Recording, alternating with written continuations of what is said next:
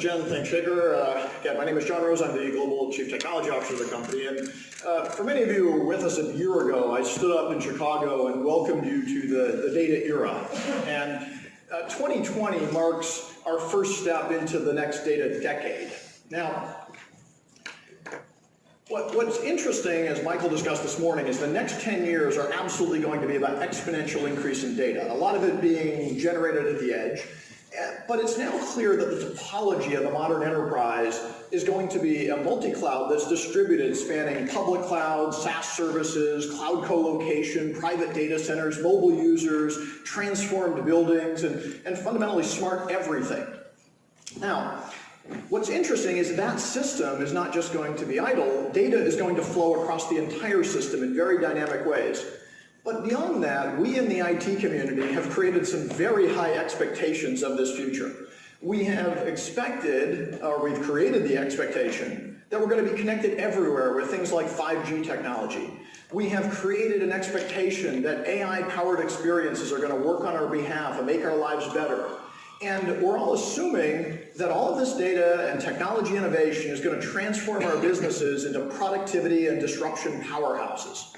Now, to meet those expectations, which are very good expectations to have, we need more than just a multi-cloud system and a new data ecosystem. Those are all important, but we're also going to need software and application revolutions to unlock the data value. In fact, our opinion is that the limiting factor in unlocking this data era and this data decade is not a technology or business model problem. There are plenty of those, but the real problem is human capacity in the system. Today, the humans of the IT world, specifically developers, are still spending too much of their time dealing with low-level infrastructure tasks instead of building the algorithms and writing the code that are going to transform our businesses. And the best way for us at Dell to help make sure that isn't a catastrophic problem is to change the way that we build platforms for the digital business by aggressively moving to automate the IT infrastructure. And to be more direct, at Dell, we don't just think automation is important to the future world. We actually believe that to build an AI-powered digital business, in some cases, it's critical, and if you don't do it at extreme levels, you won't get to the outcome you're expecting. So let me give you an example. I spent a lot of time over the last several years in the automotive industry doing research and working with customers. And the reason I'm there is not because of cars, it's because we believe those will be the first private Zetascale infrastructures in the world. And so it's a very interesting place. What we learned are many things, but one of the biggest things that we learned was that without extreme levels of automation, it will not be possible to deliver autonomous vehicles because we simply won't have the human capacity to get there.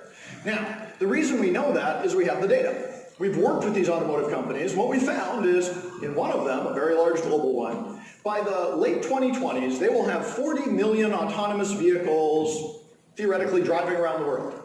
And the data set necessary to build out that intelligent system looks like it will be somewhere between 1 and 7 zettabytes under management inside of that one company.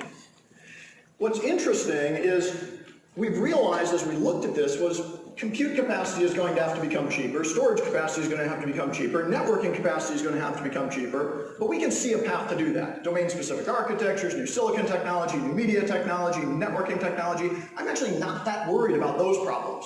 But when we took a step back and looked at the human piece of the equation and did the math, we looked at things like how many people would it take to run a storage environment of Zetascale? And using best-in-class metrics today, like Isilon, which is clearly the most efficient way to run storage at scale, we would need over 1 million storage administrators inside of that environment just to make this real. Now, clearly, that's not going to happen. But what it told us is now, between now and the 2020 timeframe or 2030 timeframe, the shot clock is ticking. And we have to improve the ratio of people to IT capacity by somewhere between 3 and 5 orders of magnitude before we get to that point. That's the challenge. We're seeing that challenge not just in automotive, we're seeing it in healthcare, we're seeing it in the 5G ecosystem, we're seeing it in the financial services world. In fact, if you look at any industry long-term and look far enough out, you will find a point that is not the technology challenges that slow you down or stop you, it's the inability for us to scale the human capacity to actually operate these systems.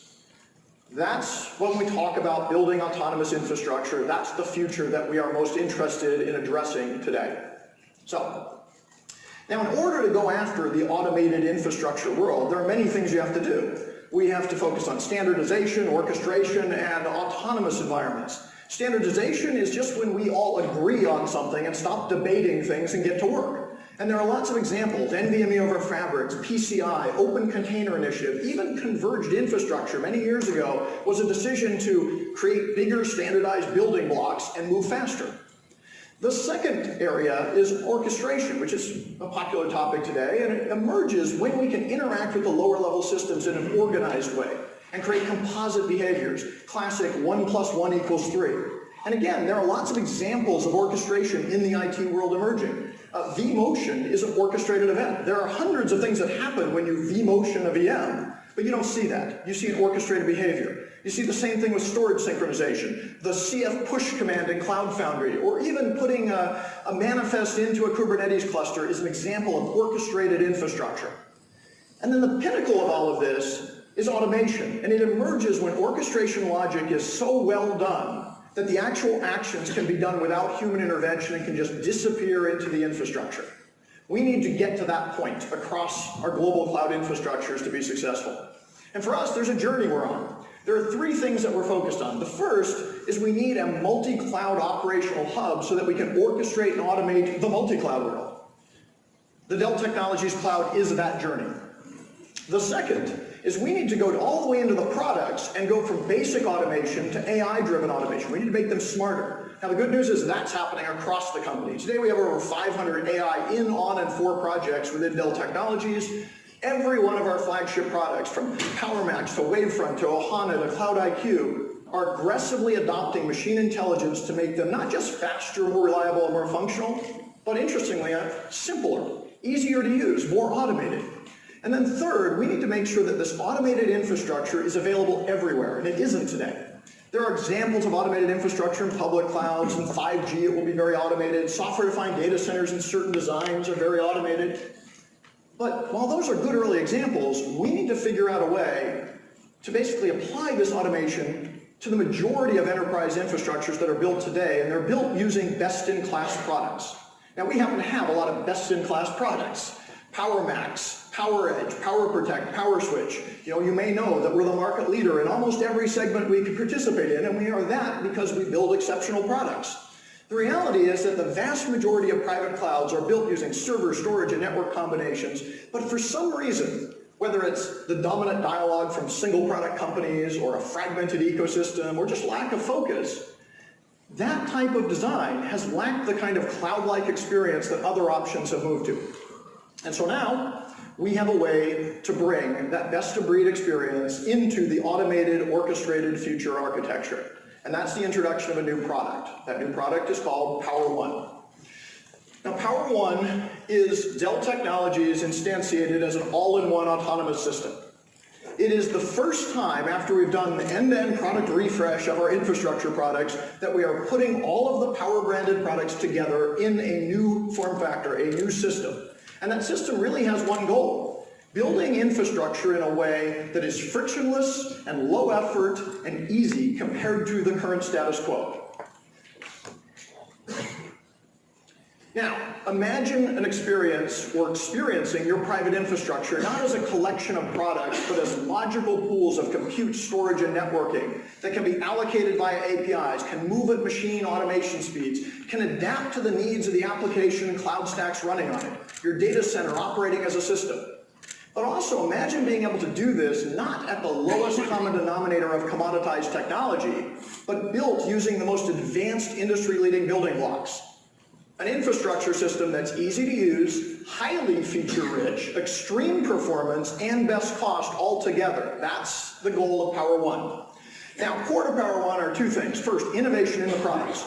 You can't build an autonomous infrastructure with dumb products. So we've made our products smart. We've invested in AI and intelligence in them. But the second piece is, in order to turn it into a system, we have a new automation framework within this system, something called the Powerline Controller. It's the brain of the system. It abstracts the intelligent building blocks of PowerMax and PowerEdge and PowerSwitch into a system.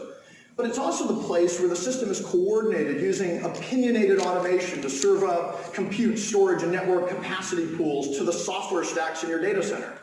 Those software stacks are the VMware stacks, the vCloud Foundation, Project Pacific, and any other stack that's running in your data center that needs to consume capacity from the infrastructure. And in fact, today, we're seeing that by using this architecture underneath those stacks, roughly 98% of the human intervention to go from nothing to production disappears and becomes automated tasks in the infrastructure. Now, a good example of this, and probably the first use case, is instantiating a VMware cluster. And today, it's a relatively long process to get the infrastructure primed to turn on VMware. The reality is with Power One, it's a couple of clicks and the rest is automated. Now the reason we're able to do this is deep collaboration with VMware. VMware has complexities, it has system expectations. Making sure the automation layer knows exactly what to do to make VMware come into production means that you can trust it and you can delegate to it and you can make it an invisible task. Now, beyond speeding up the initial deployment, having this kind of infrastructure underneath your software stacks allows you to dynamically flex capacity as the software clusters change. You can add new clusters as they're deployed or deprecated, and you can even add new types of software stacks because data centers are heterogeneous. There are lots of software stacks running into them, and they're all consuming capacity, and we don't want to create more silos, we want to create a system behavior of these capacity pools. By the way, not only does that experience not only does this make the experience of delivering compute, storage, and networking capacity to IT as simple, and in many cases simpler and faster and less expensive than doing it in, for instance, a public cloud, it also creates new, more efficient models of reliability. Pools of spares are now aggregated and logical as opposed to silos. It allows for more rapid incorporation of new building blocks. Adding accelerated servers to the mix is not a big re-engineer of your system, it's just adding to the pool. And creating entirely new ways to understand your infrastructure behavior become possible because now it's a system. So the bottom line is Power One is now joining the Dell Technologies cloud portfolio to help customers build this multi-cloud infrastructure. It brings the data center physical infrastructure into the cloud world at an entirely new level. And it joins our other leading portfolio products, our leading HCI portfolio, our traditional products, and even our presence in the clouds of the world with all of the vCloud foundations that are being placed out there.